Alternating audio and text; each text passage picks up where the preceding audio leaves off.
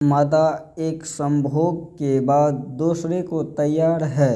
इसी नियम पर दुनिया के व्यवसाय घर चलते हैं।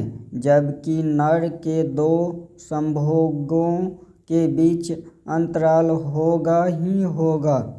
वो पहले संभोग के बाद झटके से मादा से अलग हटेगा और सो जाना चाहेगा। ये उसकी प्राकृतिक है। जबकि मादा की प्राकृतिक इसके बिल्कुल विपरीत है।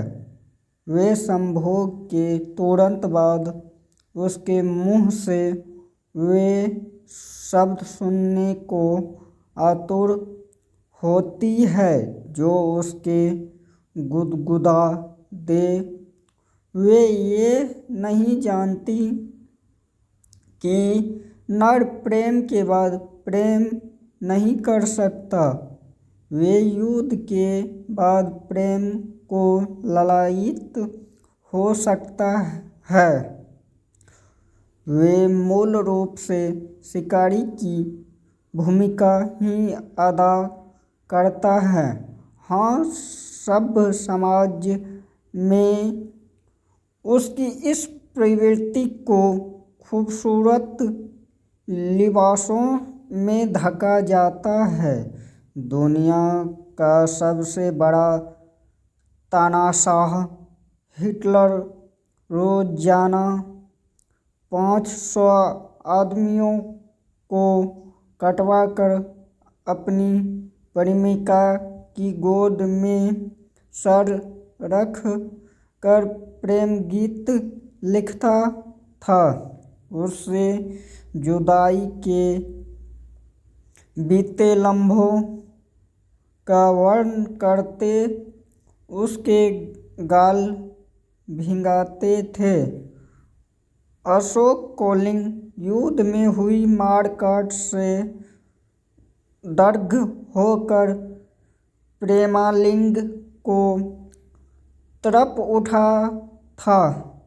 उसने बौद्ध दर्शन को अपने अंदर यूं समाहित किया।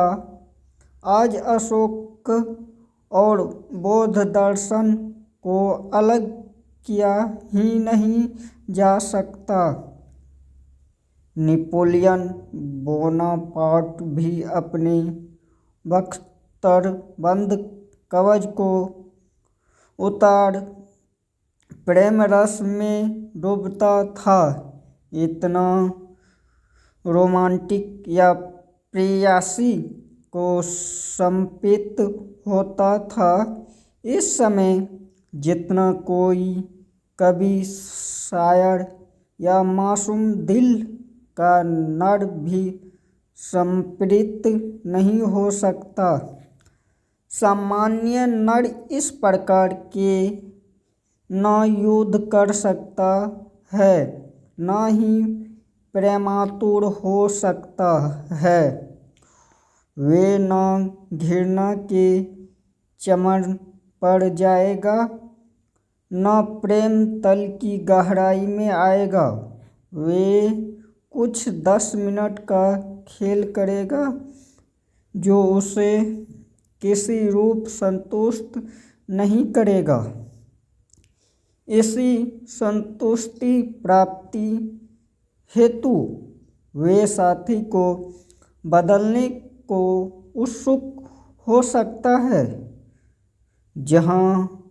जहाँ सामाजिक बंधन कमजोर, ये बदलाव लगभग 6 महीने के अंदर हो जाता है।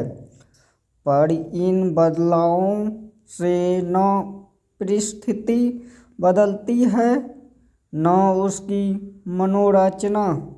यानी वे प्रेम पाने में, प्रेम करने में असफल रहता है। यदि नर के जंगलीपन को निकलने का रास्ता बन जाए तो वे प्रेम कर सकता है, पा सकता है दे सकता है। यही एक कारण है मादा हमेशा सामाजिक रूपी सभ्य की अपेक्षा उदन नर की तरफ झुकती है। इसीलिए बिगड़े हुए लड़कों को समर्पित प्रेमिकाएं मिलती है।